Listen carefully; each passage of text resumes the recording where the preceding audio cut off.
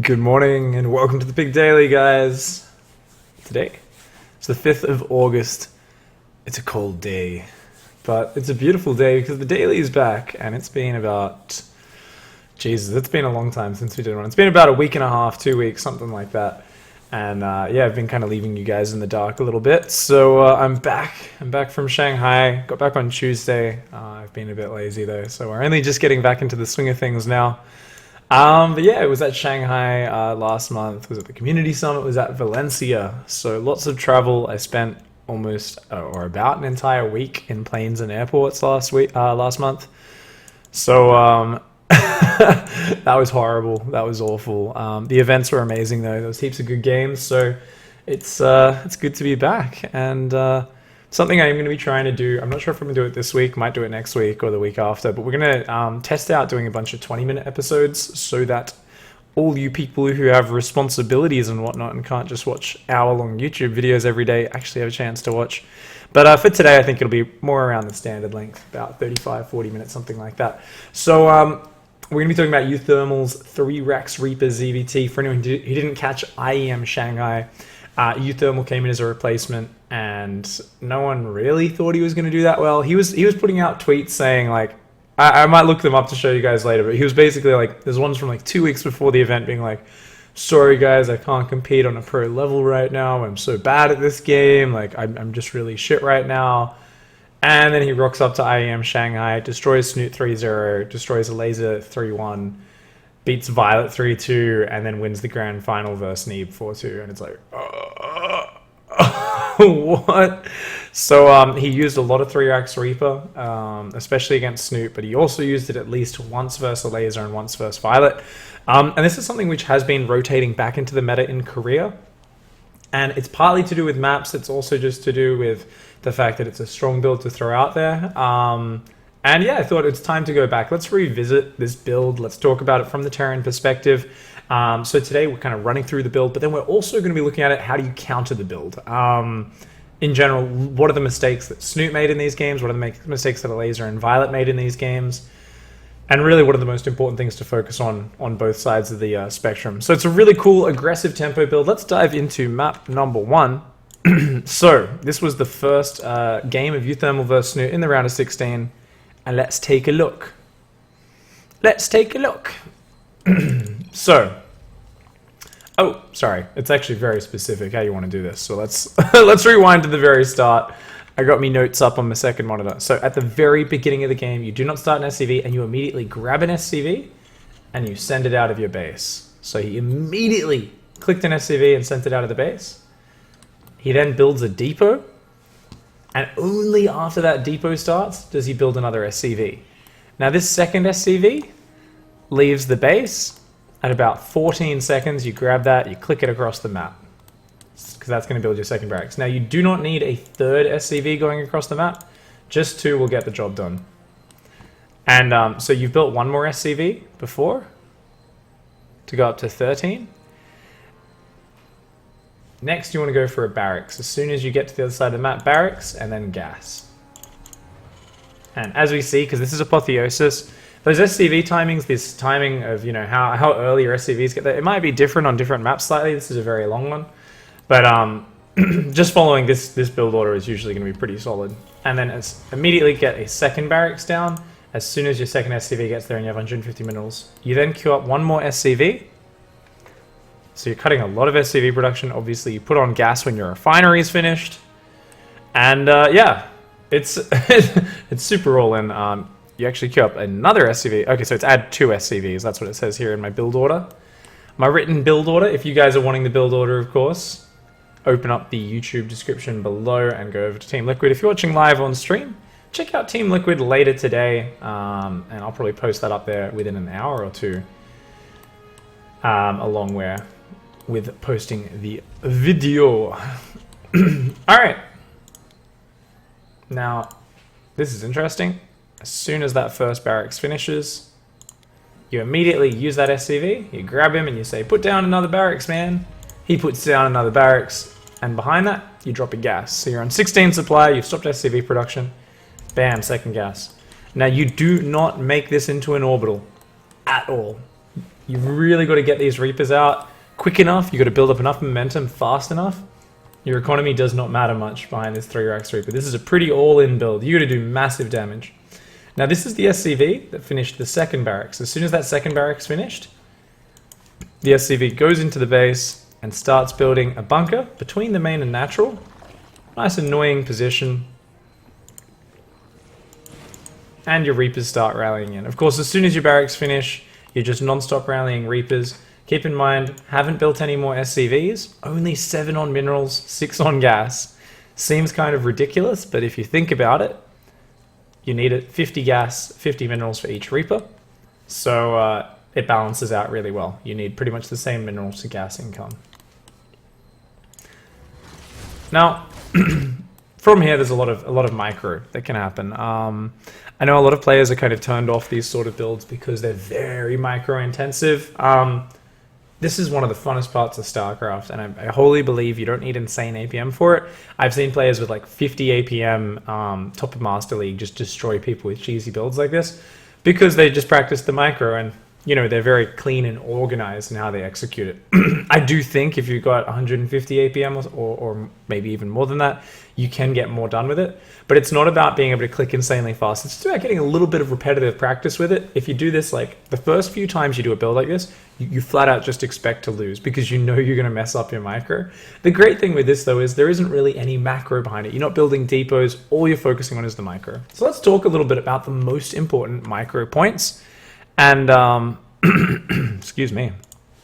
And let's take a look. So the Reaper basically just wants to come in, and it's pretty standard stuff. You just want to focus down drones as much as possible, and you want to throw down Reaper bombs in order to hit the most number of units possible, as well as to zone units out, stop them chasing you, to split units up, and so on and so forth. So the Reapers are just going to kind of keep kiting these Zerglings, accidentally hitting the hatchery there. And really, it's just very much A click, move back, A click, move back.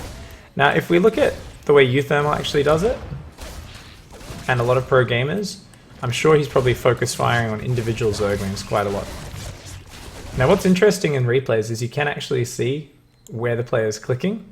It's very hard to actually keep up with this because obviously things are happening so fast, but you can see that red dot. That's an attack move there from uThermal. So let's put this on his camera. And you can see, so he's A moving on the ground quite a bit. Clicks that Reaper, pulls it back, and then A moves again.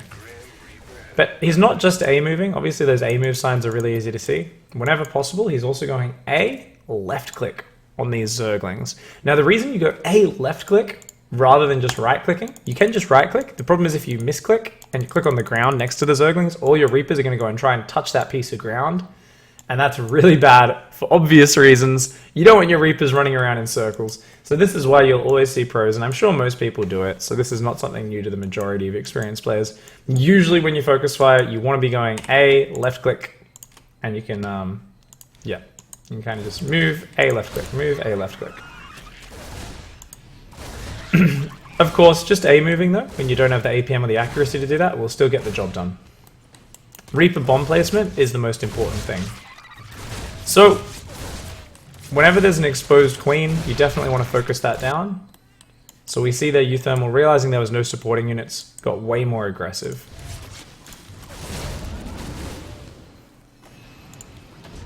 Of course, the most important thing here is never let your Reapers die. Even if it looks like there's not a lot of defense, one of the biggest mistakes players make at medium to low level is all their Reapers are in red life, and they're like, oh, there's only like 2 roaches, or there's only a few Zerglings left, and they like YOLO into the mineral line, or they run behind the mineral line, trying to kill the drones right there and then. The real power of this build is about getting this Reaper count up, because the way the Reaper bombs work is that the more Reaper bombs you have, just your opponent's units can't really move properly. Yes, definitely there's a point where your opponent has multiple Ravagers and Roaches and spreads against bombs well, where you still struggle to get damage done with the Reaper bombs. But you really want to be building that count up, and it's when you get to about 10 Reapers, that's really like your magic number, where you can kind of chain Reaper bombs, and your opponent's units can't attack when they hit by Reaper bombs. They're just kind of like floating from side to side of the battle, just like bouncing around. And that's the point where you can actually knock units off creep as well. So your opponent's got like a wall of queens. You can throw Reaper bombs behind the queen has to like move forward to dodge it, and you like chain them forward. So you'll separate a few queens, you'll bounce them off creep, and you can like kind of focus down on those units while zoning out the other units with other Reaper bombs. Obviously with this sort of fast-paced micro, there's like unlimited complexity to it, but what we're trying to come up with here is a few general rules. So number one, don't lose your Reapers. Always try to pull the weak ones to the back. That takes precedence over focus fire. Focus fire is great. That's like the first thing you focus on. But as soon as your Reapers start taking damage, you try to pull back weak Reapers. If they've got too many units where you need to pull back all your Reapers, you just kind of stutter step them as a whole. And then if possible, you stutter step them as a whole. And then if there's like still a weak Reaper that's getting focused a lot in front, you grab him, pull him to the back, and then you resume stutter stepping. As we saw uThermal do earlier when he had those 3 Reapers. So let's take a look at that early micro one more time, and okay. So just kind of coming in here, and we're just going to watch this stutter step. Don't want to spend too much longer in this. I feel like it's something you just kind of pick up the more you play. It's not something where you really need to go super technical in terms of the understanding. A lot of it's just kind of getting your muscle memory down so you can quickly stutter step, so you can quickly do all this. But we're going to see what I was talking about here, where I think one of the Reapers at the front is going to take damage, so he's just going to go click, click, and then he's going to select his hotkey again to start microing them as a group. Selects the weak ones, pull them back, and then says, okay, you're all damaged. And he's going to be a little bit more careful with these Reapers now, because he wants to buy time for them to start healing. So he really does not want them to take damage right now. So notice he's even avoiding the weak queen, and now he says, oh, you know what, that's just too exposed. There's just nothing there. I've got 5 Reapers. I don't care about losing some healing. I'm going to snipe down that important queen. Very good decision. Alright, so with this build, what about the transition? There is none. It's all in. This is completely all in. You've built your 3 barracks on their side of the map. Technically, eventually, you may have some vague transition. No. You want to commit everything. This is the definition of an all-in. This is a huge commitment. Absolutely insane. Let's look back at the Terran base. No orbital command, 6 SCVs. This is as all-in as all-in gets. Technically, it might peter out. You get your opponent down to like 10, like 12 drones, and you've got your command center started at home and your orbital's up. But that's after like so many minutes. That's like a backup plan more than anything. The ramp is a really abusive position. We're going to talk about that more in just a moment. It's one of the most important things to make this work. Now, let's quickly talk about map design. Actually, we'll watch this first. So Snute's going to make some horrible errors here. We'll talk about that as well in a second. We'll talk about this from Snute's perspective. But map design. Oh my. So let's look at entrances into the main. Entrance. Now, this is the important one. This one on the side, not so important. Why is this not so important? It's because if your Reapers jump down here, they got to work their way all the way around to get to another point. However, this entrance here, the Reapers only need to go there, and they're already threatening. They can bounce back and forwards. However, the distance from here to here is still less for Zerg. So even though the Zerg's using slower units, the Zerg should still be able to be in position on this map. On Frozen Temple and some other maps, it's not the case. Those maps, you just die. We'll talk about that a little bit later as well when we get to a Frozen Temple replay. But you'll notice what uThermal does. He rotates down here, and he wants to threaten an area, force the enemy to attack into him. And this is where he can start to use Reaper Bombs to zone these units out. As the units walk into the Reaper Bombs, bam, bam, bam. And this is some pretty bad, kind of tanking of the bombs there by Snute. These Ravagers taking way too much, Roaches, sorry, are taking way too much damage. But look at this rotation. Once again, uThermal rotates, he goes to threaten the economy, and he tries to bait the Zerg into attacking into him and just walking into these Reaper Bombs. And even though he's losing the old Reaper now that there's Roaches out, each Reaper that goes down, multiple Roaches are dying for it. He says, okay, you're on top of me. let's just rotate. And remember, each time he rotates, he starts healing as well. He says, oh, you're still here. Guess what? Reaper Grenade's pretty good. Gonna lose a Reaper there. Not the best micro right there. This is another Reaper as well. And this is kind of getting diminishing returns. Why? Because he's not really between Snute and anything that he needs to defend. In this position, it's very easy for Snute to just spread his roaches back. In fact, Snute doesn't really even have that big a reason to be fighting up here. Definitely, if he can be on top of the ramp as uThermal's jumping, he's going to get massive damage. He's going to kill these units, but he doesn't need to be. Whereas each time uThermal rotates, he kind of dictates where Zerg has to be and forces Zerg to attack into him. So you're going to see uThermal get sick and tired of trying to take that engage because it's just not working out. He's bleeding out too many Reapers. And he's going to rotate back down here. And once again, suddenly it's very obvious that Zerg needs to come defend because otherwise the hatchery is exposed, right? And look at that, exposing those roaches. He kind of forced them forward. And he's just looking for this. And Snute's just a little bit too slow on his micro over and over, as well as Snute keeps making these ravages way too exposed. And whenever you see those Ravager bombs, you don't want to attack them with Reapers. Now the reason is a Ravager cocoon has 5 armor. A Reaper only does 2 4 damage attacks, which means you're doing 1 damage a shot because it's 2.5 damage attacks. The minimum amount of damage any unit or any attack can do is 0.5. So you're going to be doing 1 damage a shot to a cocoon. So even if it's got like 20 life, a relatively small amount of red life, say one of these roaches would turn into a Ravager, it's still going to take you 20 shots from the Reapers to actually kill it. The Reaper bombs, on the other hand, do 10 damage, which means they're going to, even after armor, still do 5 damage. So they're going to blast down a cocoon very quickly. But look at this. These bombs just constantly between the Zerg and where he wants to be defending. And the moment the Zerg gets impatient and derps, suddenly the Zerg loses all his defenses. And just back and forth, constantly using space and the bombs to zone out these roaches. Beautiful play by uThermal. And he just kind of whittles the units down too much. They get desperate to defend the hatchery. And he's just still building Reapers. Let's take a look at home. What's going on back there? Oh my god! He made an orbital at some point. And a few more depots eventually.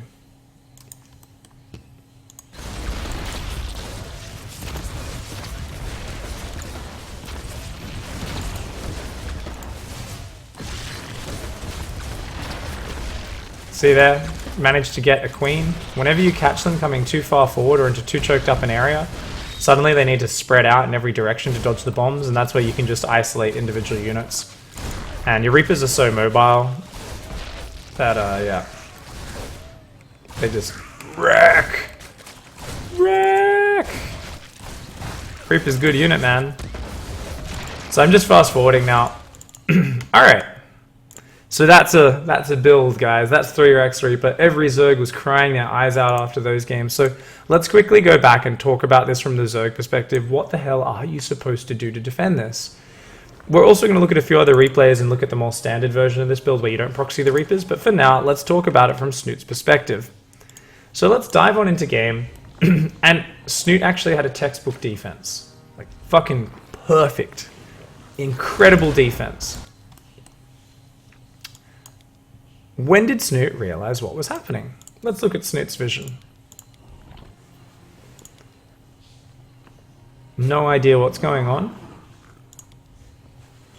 until right now. Immediately upon seeing this bunker, fucking something clicks in Snute's brain. He says, well, why would you be doing that? It's not a Marine rush, it's a Reaper rush. Pretty much the same response either way. I'm pretty sure Snute goes roaches against Marine rushes as well. And he just says, okay, I have to immediately start a Roach Warren as soon as my spawning pool finishes. Look at that. Bam. Roach Warren. Get the queen started. Start building Zerglings. Build about 10 Zerglings. And now comes the micro. And this is really important. This first 15 seconds of micro until Zerglings are out is where most players panic and shit the bed. 90% of cheesy attacks, 90% of proxies, 90% of fast all-ins, proxy gates, early pools. Players lose because in these first few seconds, they just fucking like freeze up and they turn into one of those fainting goats. They shit the bed. It's disgusting. Like, Mom, shut the bed again. And shit just falls apart. And we always get very irrational because we lose so suddenly. It really kind of is, it's like a slap to the face. People get mad, people don't go back to the beginning. They load up the replay and they look at like the later stages of the cheese and they're like, oh, what can I even do here? This is bullshit. Always look back to the very initial reaction from the moment you recognize what's happening. And we've already talked about what Snoot's doing there in terms of he wants to get a roach warren immediately. Okay, cool. Wants to go for that immediate roach warren. But now he needs to focus on very cool, calm micro. Very cool, calm micro. Cool as a cucumber. That is to be your motto when you're playing against this build, because if you're not, you're gonna take way too much damage. So immediately grabs these drones. Probably already boxed them before the Reaper, as he saw the Reaper coming in, because he knew where the bomb was gonna go. And he's pulling those away. Reaper bomb only hits one drone. Grabs the drone, which was being focused, and just clicks it over to the right, away from the Reaper. Grabs a few drones, 2 drones in fact, and A moves them at the Reaper. So he grabs 2 healthy drones, and A moves them at the Reaper, just to put a little bit of pressure on that Reaper. Immediately clicks on that drone that was being focused and pulls it back, and then also pulls back the other drone. He just goes, oh, just get back. So there's a lot of this, let's stop the Reaper from just walking to our mineral line. Grab 3 or 4 drones, A move at it, is what you'll often do. And then you just pull them back straight away after like 2 seconds. And even just buying that couple seconds is really good, because otherwise this Reaper with no fear is running up here and dropping bombs here. And then you're like, your whole mineral line is splitting. Like these guys are going up here, these guys are going down here. And you're like, ugh, mining time falls apart. So I think this is really good. And once the Zerglings are out, it's just back and forth. Back and forth. Your aim is to protect the drone line, but your aim is not to run off creep. So you just want to go back and forwards.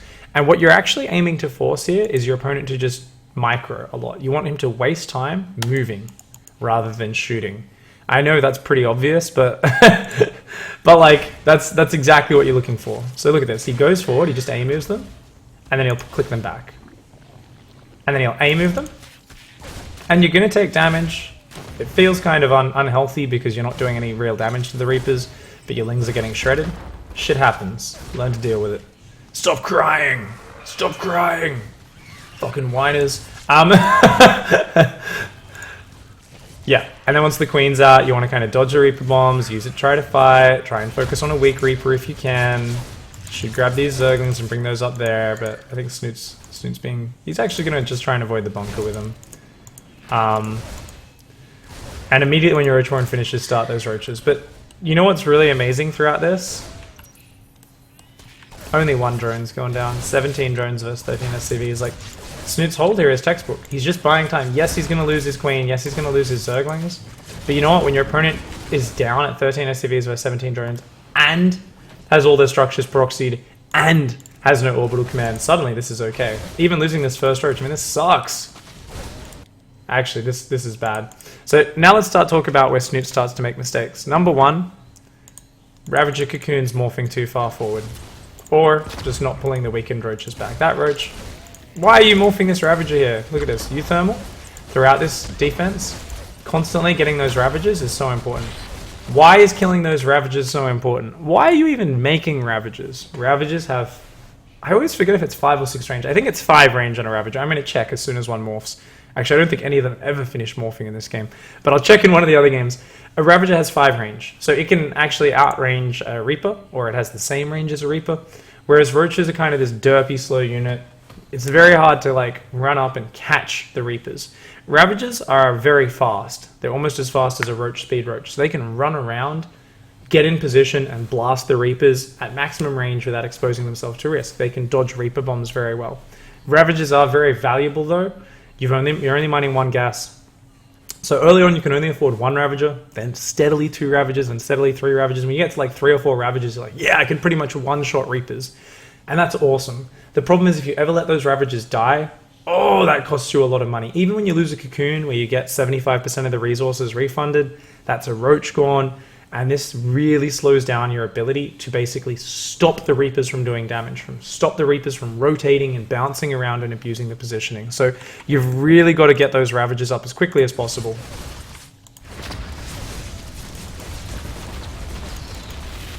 Once again, this Roach, get it out of there, man. Get these Roaches back.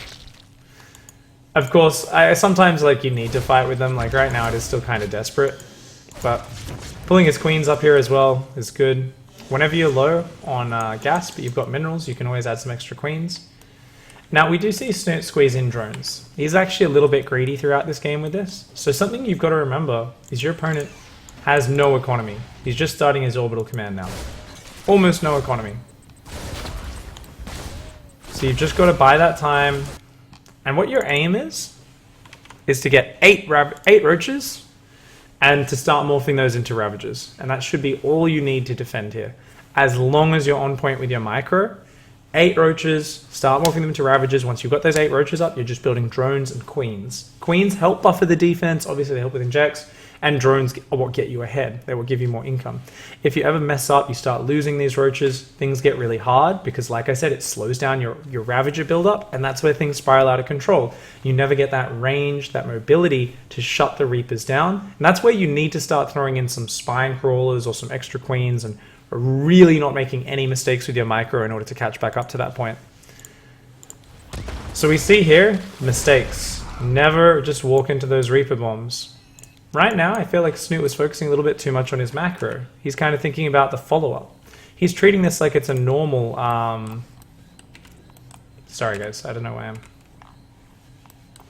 It's a little bit zoomed in there. Yeah. So it's like, why are you running down this ramp? This is a very scary area, like we talked about. But Snute always has space to spread out here, spread out down there. He doesn't need to be walking through these Reaper bombs, but tanking them. Bam! Roach goes down. And these are losses he cannot afford. And we're going to see it again up here with this rotate. Once again. Reaper bomb, Reaper bomb, Reaper bomb, Reaper bomb. Every roach that dies is a really big loss. So what you really want to look for is you want to demand absolute perfection from yourself in your early micro. Don't make those mistakes. Pull those Ravagers, those weak roaches way to the back of your mineral line and morph the Ravagers back there. Make sure they're super safe because they're such an important part of your defense. And what else? You also want to have a little bit of vision. So something we see with Snute is he's only just moved this Overlord, and this is the most important position. On any map, there's always what we call a rotation point. So you need vision between the attack angles on one side and the attack angles on the other side. Because otherwise, if you don't have that vision, these Reapers can hop down there. You immediately move your roaches back down, and as your roaches get here, you're like, if you don't have vision up there, the Reapers might have just waited 10 seconds and then jump back into your main and run in there. So it is exceptionally important for you to always have an Overlord on the midpoint. In the old days on Orbital Shipyard, it was the same situation, as that was a very, very strong Reaper map. For these same reasons. So you always want to have an Overlord. Immediately when you spot this, you're like, shit, get my Overlord on the rotation point. Get it in between the two areas between which they can rotate. And that means you can start turning around, and then on your minimap, you don't see the Reapers come here, and you're like, oh! And your roaches just turn around and go back up here to this cliff. And you're not caught off guard. And that makes a massive difference. A massive difference. Of course, we've seen the rest of this game. The roaches just keep dying. Snoot's just stuck trying to rebuild roaches constantly. Trying to add in some queens, but he keeps losing roaches. He doesn't have the Ravagers. The Reaper count gets out of control. And he just keeps mismicro and keeps eating these bombs. So that's about it. Now, let's hop into another game. And while we do that, so I'm very quickly going to look at Frozen Temple and talk about why that map's broken and why you need to go pull first there if people are going through your Rax Reaper. But before we do that, what about defending with queens and speedlings? Now, I think up to an incredibly high level, you can make queen and speedling defense work really efficiently against Reapers. Now, when it's proxy 3 Rax Reaper like that, I'm not sure. I think you kind of probably need the roaches and Ravagers, just because the proxy 3 Rax, when it's so close like that and so all in, not even an orbital, like that is such a fast attack. I think maybe the roaches are necessary. Not 100% sure. Haven't really tested it. But I do have an old video where some teammates of mine, Nura and Tilia, actually kind of did a little bit of coaching for me, showing me how to defend with just mass queens and Zerglings back in the very early days of Legacy of the Void. And I still think that defense holds strong, and I think if you execute that well, that's going to work up to a really high level. However, right now the pro gamers are saying, no, that will not work at at the top level because they feel like the Reaper micro is just so good. Even in the open ground, once you get to 10 Reapers, they feel like the speedlings just won't beat it. Like, you just need such an insane speedling count. And even if you come in from like multiple angles with a surround, they feel like the Reaper bombs are just going to do way too much damage, and the Reapers will always get to a cliff in time. I kind of, like part of me, I've got that like cynicism where I'm just like, I think you guys are wrong. I think that actually you could make this happen on some maps. And then I look at the maps and I'm like, actually, there's a lot of ledges on these maps. There's a lot of safe zones. It's one of those things where you'd need such perfect micro that I'd really only rely on someone like Life pulling it off reliably. So it's not something I'm going to talk about too much. But do keep in mind you can still rely on the Queen Zergling defense. With that defense, you kind of get some spines. You drone up a lot in the early stages as well. So you get a much healthier economy. And we'll talk a bit about droning up in a moment. So unfortunately, because some new patches have come out just very recently with, of course, the Nova mission packs and everything, I'm just having to change my settings at the start of each game. But here we go. So Frozen Temple, exact same build order. uThermal sends out a very early SCV, goes to build a depot, sends out another SCV at 15 seconds. And this is just gross. The proximity of these barracks is just so, ugh. Yeah.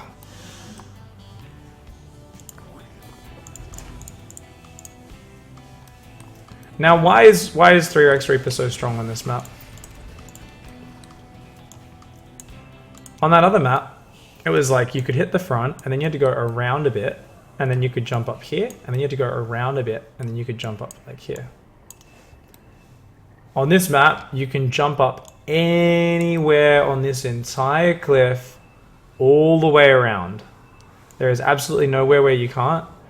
So for the less mobile Zerg units, there's just no way to obstruct the jump ups, especially with this area here being so far from creep. So Queens can't really get up here very easily to like shut you down. If they get up there, the Reapers can just jump down, jump up here, and your Queens are going to be like waddling across the tundra for fucking hours, man. Like they're just not going to arrive anytime today. So on this map, usually it's just a little bit more brutal. Because the barracks are so close, and it took less time for his SCVs to come across, they do hit faster as well. Snute also missed micro slightly. He loses that first drone. He tries to build a spine crawler here in a sort of desperation save move. But slightly too slow to save that drone as well. Just a little bit slightly off on his micro this game. It hits slightly faster, and we can see suddenly everything falls apart. We don't even really get to see the later stages of everything going crazy. But after talking to a laser, Nurture, and uThermal, and a few other Zergs, the consensus is you cannot defend it on this map with a hatchery first. You need to go pool first to get roaches up, and if they proxy the barracks like this, then it's pretty much game over because they're just way too all in. And if you just get fast roaches, you should be able to defend really easily. Players have also said, even with the normal 3 Rax Reaper, if you go pool first into a very fast roach warren, you have a very good chance of shutting this down pretty hard and ending up in a fantastic position. So it was interesting to hear that from both Terran and Zerg players, that this map, little bit bloody powerful for this build. But not only that, also if you do go pool first on that map, or even any other map, and then bam, you scout it, drop a roach warren immediately, or maybe that's your plan because you're doing the 3 roach pressure build or something like that. You're gonna be in an amazing spot. You're gonna shut it down super hard. So yeah. Now we're not finished yet, guys. I do still have 1 or 2 more replays. I think just 1 more replay that I wanted to look at. I'm gonna take a look at my notes and see. But what I want you guys to do is I want you all to shout out questions in chat. You can start shouting them out now. Use the @x5_pig tag. And yeah, shout out whatever your questions may be, and we will take a look at that. So, uThermal versus laser. Trying to remember what map it was. There it was, map 4.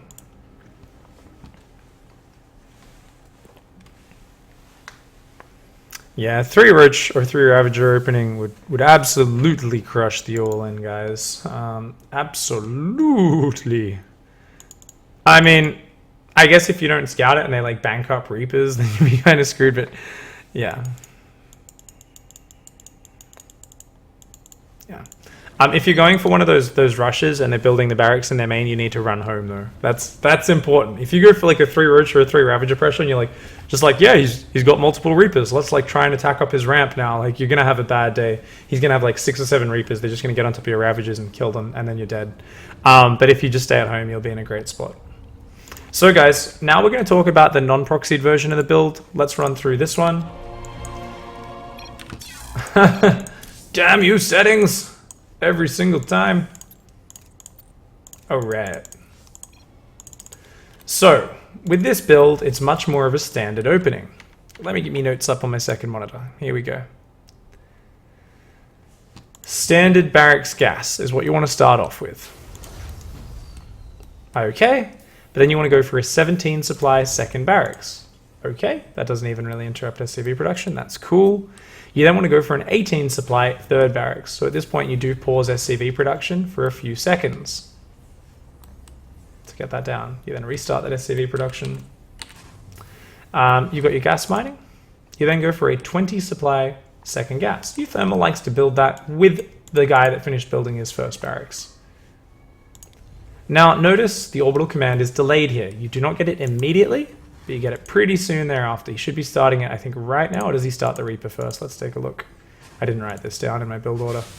Starts the Reaper, then goes to the orbital. So right after the second Reaper, you get your orbital command. I'm going to write that down so that you guys reading the notes can get it. Orbital after second Reaper starts. All right.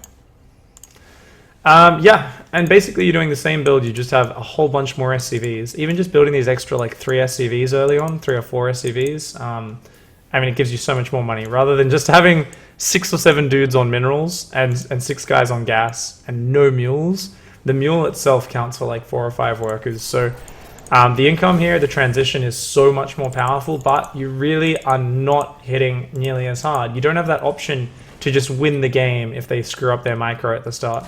It's more just about building up that pressure, maintaining the pressure, and steadily trying to force mistakes out. So you do the Reaper micro as normal at the front. Let's fast forward because I don't think it's that interesting. You know, whenever your Reapers take damage, just pull back. Notice you're not nearly as in the Zerg's face. The Zerg has a lot more freedom, a lot more room to react. A laser in this game was just way too slow to build a Roach Horn. I only realized at this moment where he's like, oh, this is multiple barracks Reaper. And this is kind of where a laser's response went wrong, because he still hasn't got it down, even now he's spotted 3 Reapers. So like, the position a laser was in here, I feel like you almost have to just gamble on going the Queen Zergling defense, maybe with a Spine Crawler anchoring it. Because this Roach Horn is just so damn late, it's just awkward as all hell. So a laser a little bit slow on the Roach Horn. And let's talk about that transition back home. You do not pause Reaper production, non-stop Reaper production. And in this game, he actually paused SCV production, which is why his CC is like quite early, but that was a mistake. In his other replays, he doesn't do that, and I asked uThermal about it, and he was like, oh, do I pause SCVs there? And I was like, yeah, and then I watched the other replay against Violet on the same map, same style, and I was like, oh, no, you don't normally. So just a bit of a hiccup in this execution, but normally you'd be at about 15 SCVs on the minerals, and then you drop this command center just as you get 400 minerals, which will be around this 3-minute mark, usually slightly later. And you just keep rallying these Reapers, and it's not going to be until you hit the magic Reaper count. Now the magic Reaper count is 12. So he's trying to do damage, he's actually doing incredibly well. And he's at 9 Reapers, so yeah, we're about to be at 12 Reapers, so we're going to see it now.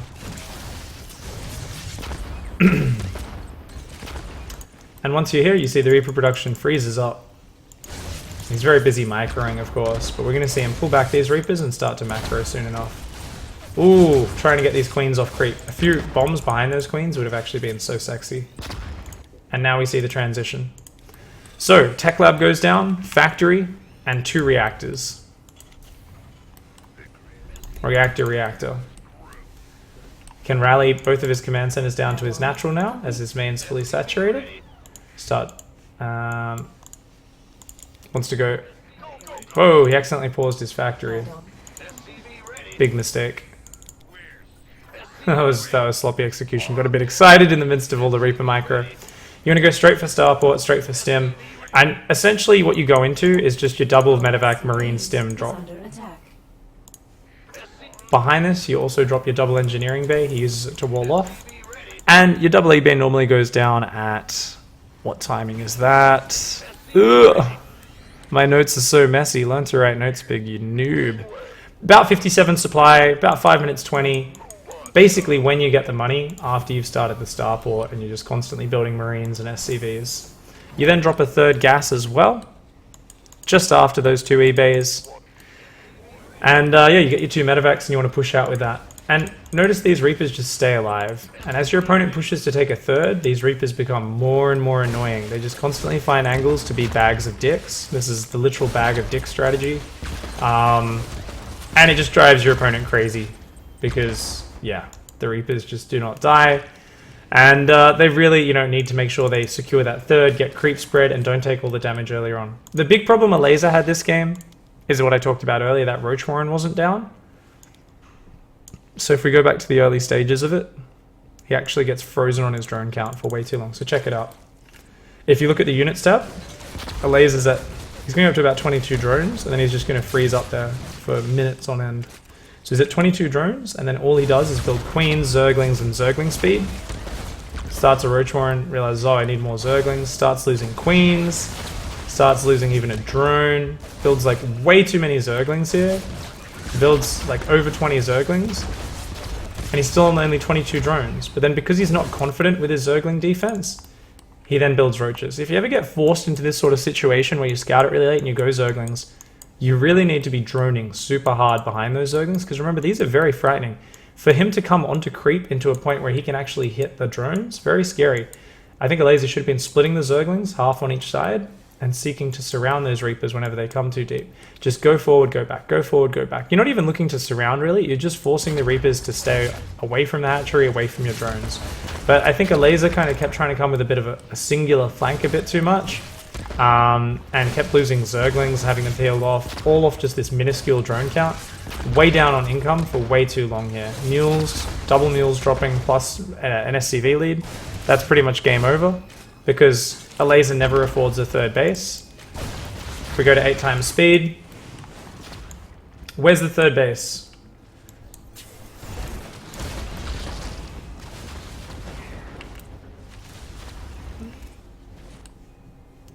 Third base goes down in 7 minutes. Hells no, that should be down minutes earlier.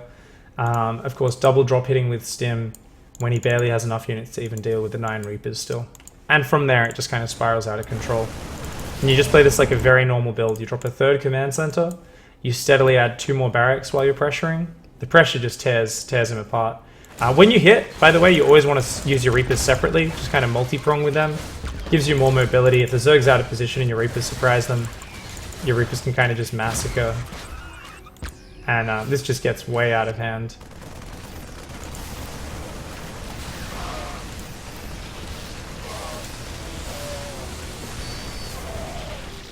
The Reapers dive into the main at the same time. And brutal, savage, and just a little bit of wrecked. Now behind this, he's gone for an armory so he can start his 2-2 upgrades. As you get the money, because you're constantly producing, it takes you forever to get your extra barracks, but he should get the money for that now that he's muling his third base, and you know, he should be transitioning SCVs down there as well. It's a bit late on that. But normally you drop 2 more barracks here, and then as you get your third fully saturated, you'd go up to 8 barracks. You'd add another 3 barracks, and you'd just be your very standard 1 factory, 1 starport, 8 barracks, pumping out of 3 base, and it is a beautiful time. So, guys, that's the end of today's, kind of review of those. Let's answer questions for a minute or two. In terms of the response, we talked about it a lot in the Snute game. In terms of the laser game, it's that same idea of you want to get up 8 roaches as quickly as possible. If you do scout it late, then shit happens. You really want to watch your Overlord on the Terran side of the map. The moment you see extra Reapers coming, you got to go, whoa! Bam! Drop that Roach Warren. Build the 8 roaches, make Ravages as quickly as you can, and from there, shit works out very nicely. So we talked about the all-in version, we talked about the macro-oriented version. The timings are super stable on that macro-oriented version because you're never throwing the Reapers away. You can pretty much do the same timings every game, and it's a really good way if you're a player who likes to be in charge of the game, to dictate the pace. And I don't know, if you just want to have your opponent in like a headlock the whole time, you just like fucking you're just being a dick. You're being a bit of a bully. That's a really good build for you. I love it. I know I'm gonna play it a lot in TvZ when I hop on ladder. I think I'm gonna play some Terran a bit later today. We'll have to see. So guys, let's see if there's any questions that already got posted. Please post any more questions in chat or repost them if they don't get answered. As Inverted says, Pig, once you see them at 10 Reapers, they're most likely building SCVs at home. So we should know without drones we are done. I mean, it really comes down to your early reaction. So the thing is, like, ideally you should be scouting with an Overlord. You should have an Overlord on their side of the map, right? This is something I didn't really talk about, but you should be looking in and checking what's going on, because it's very easy to lose track of where you're at in the game and to be like, oh, dodging Reaper bombs, and you're sitting there and you're kind of doing these ones, and you're like, all right, and then like you're like, I think I'm okay. And then some games he's got 3 command centers and full economy up, and like he hits you with this massive marine timing, and you're like, oh, I guess I took more damage than I thought. As you get more experience, you start to be more objective about it and really figure out like, okay, this is what happened, and so on. So definitely you just want to think about your first waves of defense. In that scenario, it was not a proxied version in that last game. So definitely, yeah, if you don't have drones and they're up to 10 Reapers, like, yeah, you're pretty screwed. But an easier way to think of it is, if they didn't proxy the Reapers, you should be building those drones very early. Like, you should already be able to tell if you're behind simply by saying, well, did I get a roach warren straight away and build roaches straight away? No. I just built a shit ton of speedlings, and then I built a shit ton of roaches, and I didn't drone at all. Like, you should instinctively know that you're behind, because you know that you haven't followed what the proper response is. So simply by knowing the proper response, you can kind of compare what you've done to that, and that should give you sort of an analysis of like why you're screwed. Why 12? Because 12 is a nice number, and that's what uThermal likes to go. It seems to be the point where you can pretty much constantly throw out Reaper bombs, and they'll constantly regenerate as they go. Grill.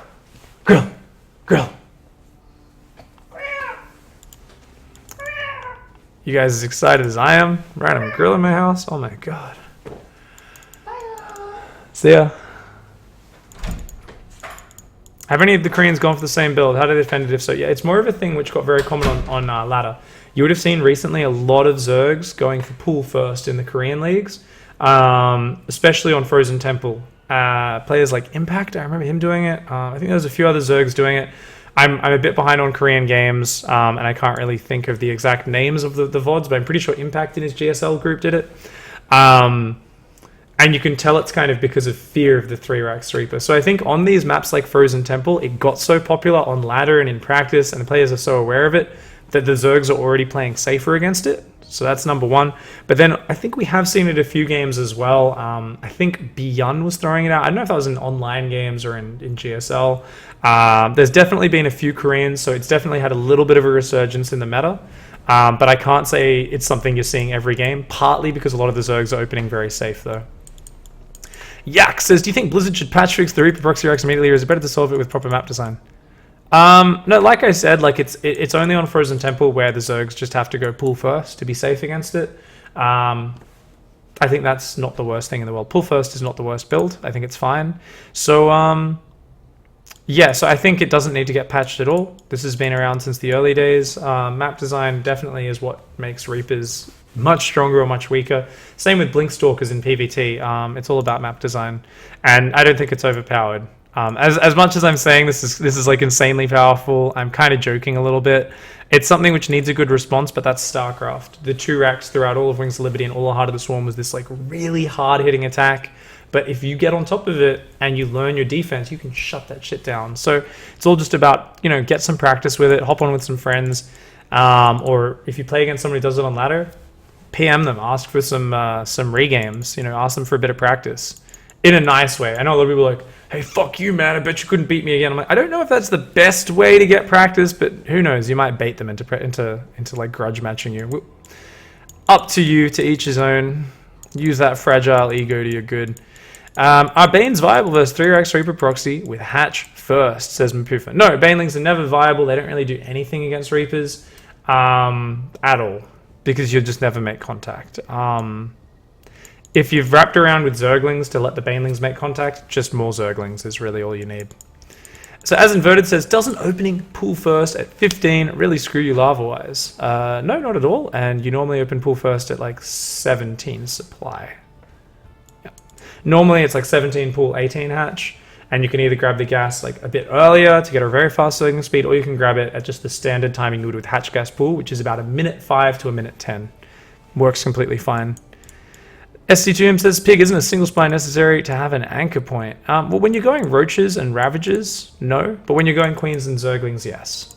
Because the Roaches, the idea is they come out so fast and they kind of are an anchor themselves, a sort of mobile anchor, because they're very beefy and buff. Also, the problem with the Spine Crawler is even though it's got great range and it is a nice anchor, it's also static and it just gets knocked down by Reaper bombs really easily. So when you do use a spine sort of in your defense, you want it to be up next to a cliff, so your opponent has to run the Reapers up very close to it in order to gain high ground vision of it. So it wants to be on the top of a ramp or on the edge of a cliff or something like that. So if you guys are curious about the defending with Queens and Lings,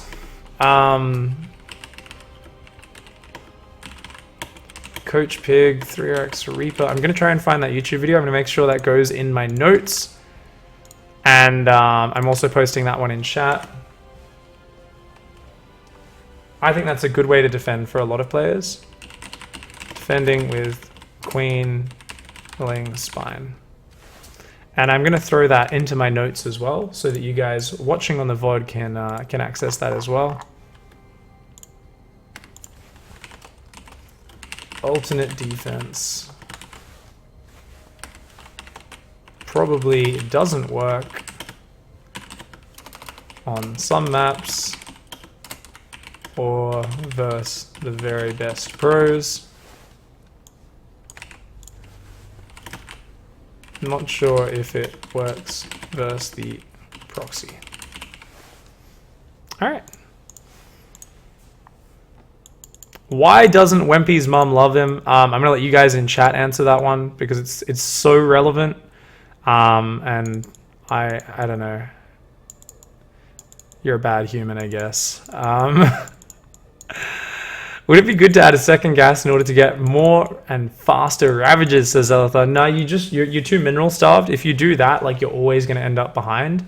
So if you go for a fast second gas, that's a really good question, right? Because you look at that game of like Snute and you're like, well, if you had more gas, you could make more ravages. And then you'd be like, yeah, I've got 5 ravages. I have 0 drones on my natural. And it's just a little bit awkward. You're not really going to squeeze in a lot of drones. So definitely it's an option. If things aren't going your way, maybe that can get you back in the game, especially if you're not playing at the highest levels. But ideally, you want to be just keeping those early roaches alive, morphing them into ravages to heal them, keeping those ravages alive and not ever letting them die, and that can work out really well. So that should work out really well. Awesome. So just going to scroll on down, see if there's any other really good questions. Drone scouts. Should you drone scout against Terran so you can see this coming? You know, Violet did that a lot and he still struggled with his reaction. One of the big problems Violet had is he wasn't protecting his ramp. Now this is a replay. I don't have time to show you guys, but basically what happened is even though he got his ravages up very early because he drone scouted. Sorry, I'm almost sneezing. Do you guys know this trick? If you hold your finger under your nose, it stops you from sneezing as long as you do it early enough. In before someone then just sneezes all over their hand and blames me. But yeah, basically what happened on Galactic Process was Violet got up a few roaches and ravages, but he was a little bit slow with his positioning. I'm not sure if he had his Overlord in the right spot. I can't quite remember, but for whatever reason, very early on, uThermal rotated into the main, and Violet was trapped down his ramp, and Violet tried to headbutt up the ramp and lost like a Ravager and a Roach really early. And from there, it kind of spiraled a little bit, and that the Reapers kept finding damage, and Violet just took forever to get his 3rd down. That was also on Galactic Process. And it's something where I feel like Zerg players should be much more willing. Say they're in the bottom left of Galactic Process. Okay, I'm just going to show you guys the map, and we're going to talk about this so I can... it may be worthwhile. So we're gonna zoom this in, and I'm gonna show you guys this. There we go. So this is Galactic Process. Now, if the Zerg is spawned down here, I'm gonna make this even bigger.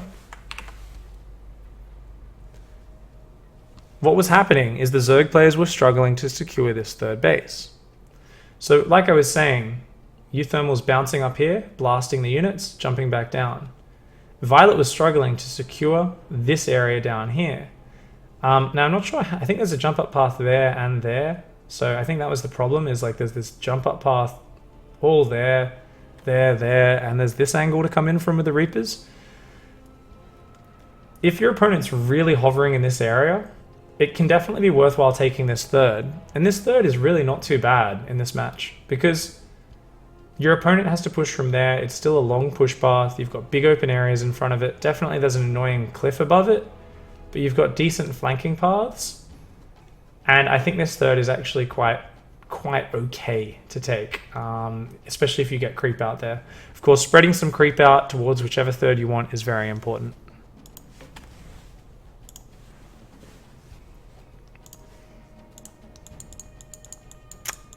Alright!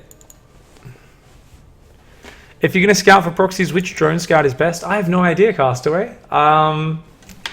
Something for you guys to figure out on your own. Something I haven't drone scouted a lot recently. Something I'll definitely have to check out the exact timing. That's kind of the best. But for now, it's up to you guys to experiment on that one and maybe watch some other pros and learn from what they like to do with their drone scouts.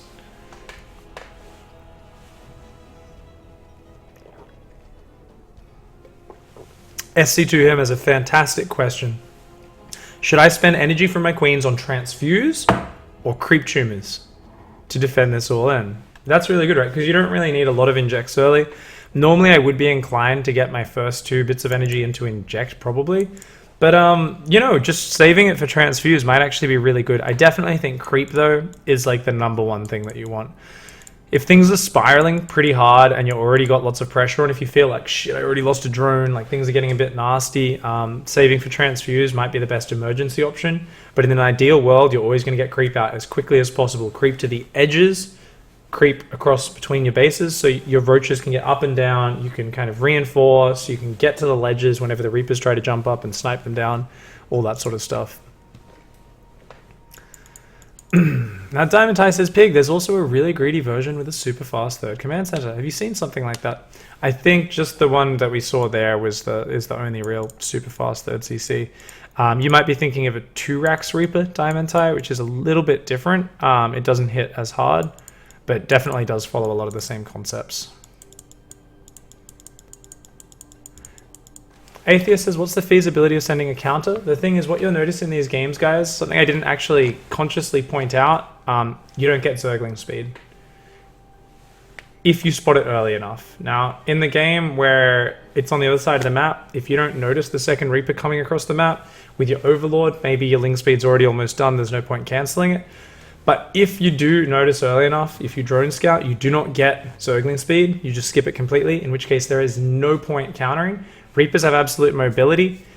There's no reason counter-attacking whatsoever. If you could somehow sneak 2 Lings across to hit their natural, hey, maybe you can slow the command center down, but he's rallying 3 Reapers at a time. There's a good chance there'll be a Reaper popping out as your Zerglings get there, so there's not a lot of point of counter-attacking. Alright guys, so that's a good lot of questions. If you guys have any really good questions which you think any questions which I missed which you think is a good question, please don't hesitate to shout at that again. But for now, we're going to end the YouTube VOD. So thank you very much. It was a full long episode, pretty much a full hour. Man, I drag on. I've just got to talk quicker, don't I? I've just got to talk quicker. But anyway, I think that should give you guys a good idea of both how to execute 3 Rax Reaper. Fantastic build for dictating the pace of the game. I absolutely love it. You always want to look for entrance into that main, areas where you can rotate with those Reapers, jump up and abuse the ramp. Those are what you're looking for in terms of what maps are strong for it. A map like New Gettysburg, there's no point to do it. There's no way to jump into the main base. So just look at the maps, think about what maps you want to do it on, test it out on ladder, and it's pretty fantastic. So that should be awesome. Now, there isn't going to be Pig Daily tomorrow, guys, but I will be doing another one in the near future. After the weekend. Tomorrow is the Pigsty Cup here at my house. I will be streaming it. Very unprofessional stream. It's literally just going to be, it's a community tournament. We just have beers, a barbecue, and chill out and play some games.